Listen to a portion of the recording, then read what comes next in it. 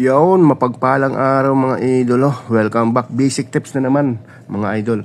So ayan, so dito mga idolo, gagawin ko dito, i-check ko lang ulit yung mga butas ng flange na to make sure na hindi siya duling. So yung ginawa ko dito, naglatag tayo ng eskwala sa ibabaw ng flange mga idol. Dito sa gilid ng eskwala na to mga idol, dapat naka-align siya mismo sa gilid ng butas na yan. Kita nyo dito dol. Yan, dapat naka-align siya dyan sa gilid ng butas ng flange natin. Pati rin sa kabila, pati rin dito sa kabilang side. Ayan, dapat naka-align rin siya sa gilid ng butas. Ganyan, pati rin dito. Ayan mga idol. So sunod naman na gagawin natin, itong gilid ng eskwala na to dol, itong gilid na to, isaset natin doon sa gilid ng pipe mga idol. Dito kita nyo dito dol, yan sa gilid ng pipe na yan, isaset natin yung gilid ng eskwala.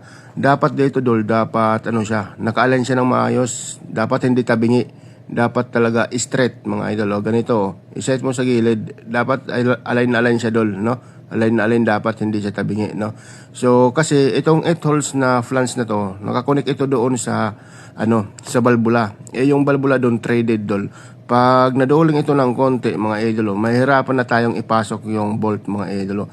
So dito, chinecheck ko ng maayos to make sure na hindi duling yung mga butas ng flange mga idol, di ba? Ayos na ayos.